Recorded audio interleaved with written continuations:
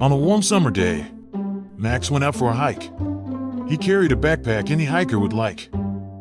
He smelled the wildflowers and walked the rugged ground. What a joy to be outside, where nature is always found. As he was walking along, enjoying the breeze, Max heard a sound somewhere in the trees. He looked to the left, and he looked to the right, to see what gave him such an awful fright. His life flashed before his eyes. Max was frozen with fear. Just above him, the branches shook. He knew the creature was near. All of a sudden, an owl appeared in the tree. Realizing his mistake, Max laughed aloud with glee. It's just an owl, he thought. There's nothing to fear. There's absolutely nothing to be afraid of in here. He ventured further into the wood, taking in the experience as much as he could. As he walked along enjoying the breeze, Max heard a sound somewhere in the trees.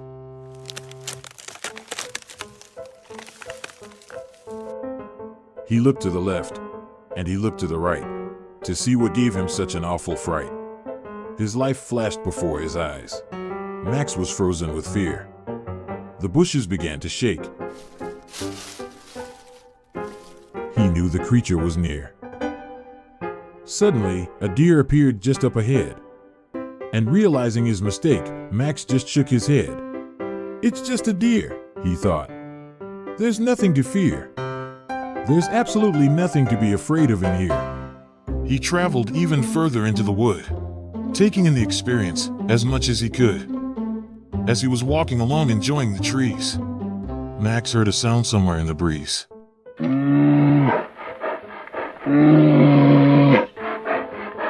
He looked to the left, and he looked to the right, to see what gave him such an awful fright. His life flashed before his eyes.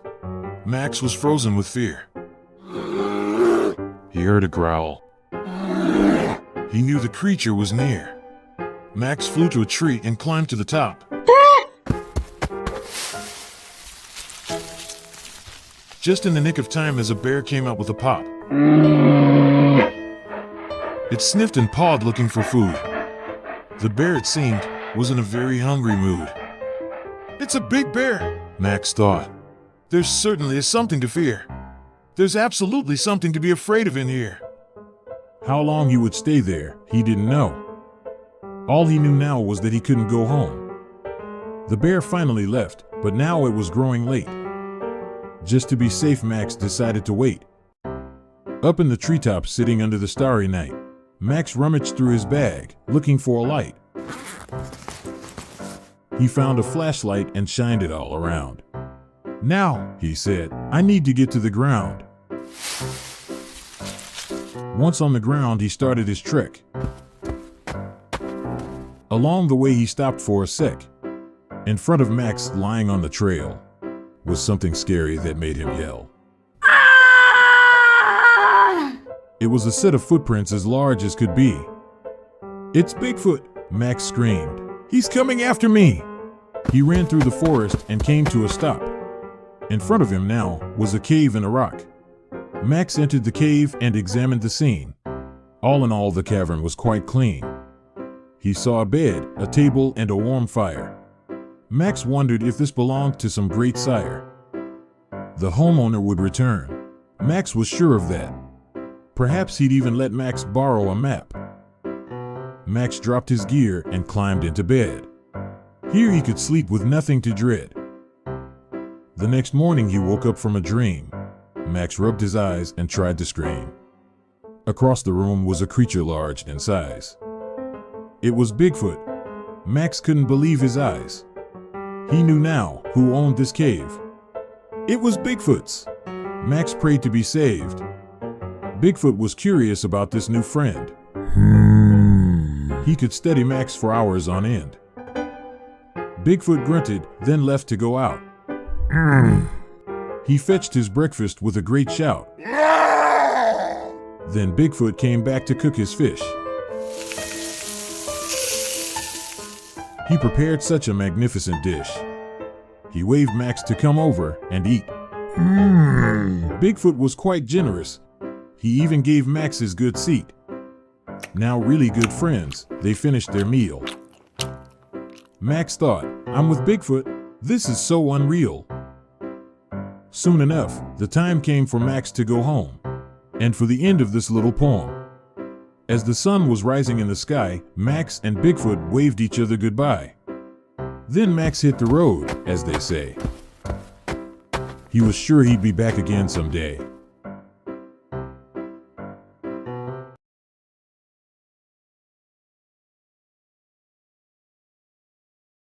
This is Bigfoot. He is a tall and hairy creature, with his big feet being the most famous feature. Bigfoot is very intelligent and strong, and can travel over distances quite long. They tend to be very quiet and shy.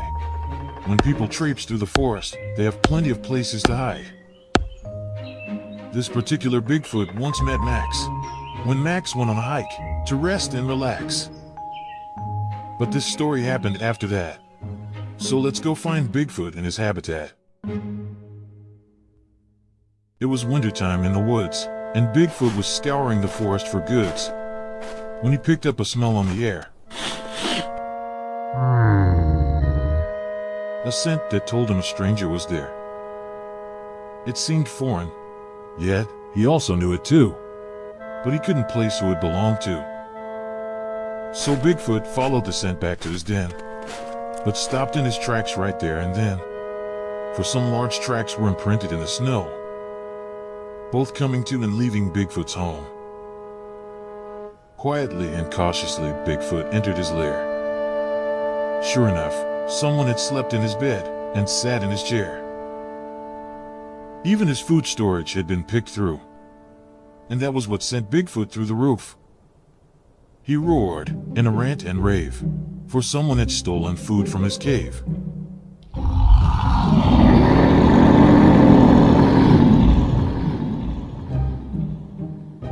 It was one thing to sleep uninvited in Bigfoot's nest, but to steal his food? That was no jest.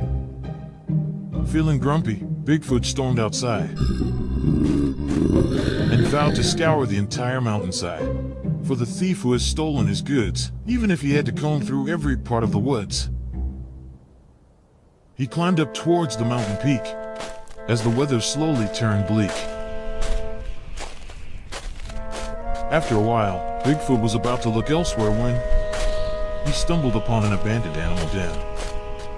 This looked to be a good place for hiding food stores. However, inside he could hear low grunts and snores.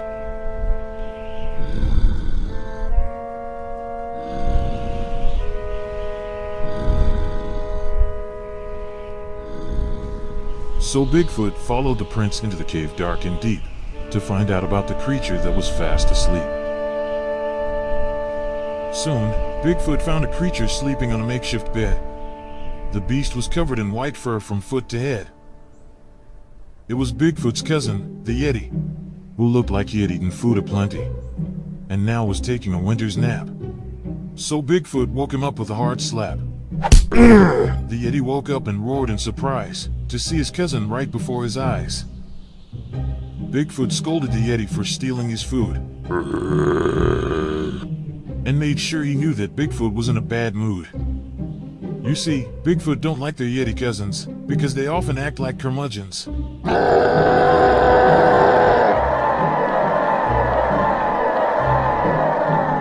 Yetis live where food is hard to find, and they'll steal from Bigfoot when in a bind. And while Bigfoot works all through the summer, Yetis hibernate until winter, in a deep slumber.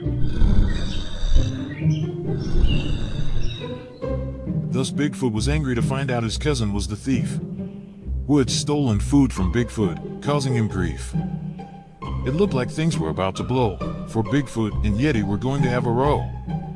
But Yeti begged his cousin to listen first, for he had been starving and dying of thirst.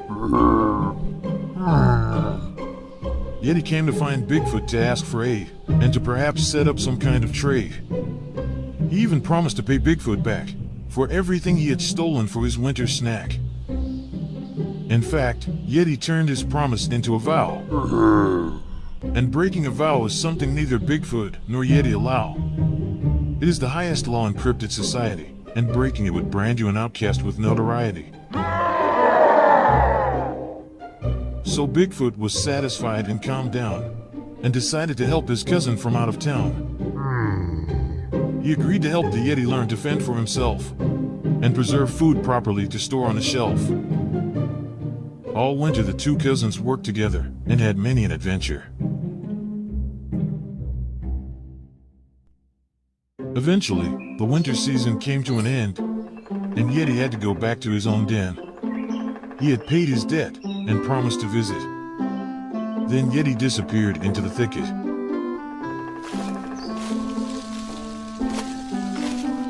And so, our story comes to a close, as Yeti left Bigfoot as friends rather than foes.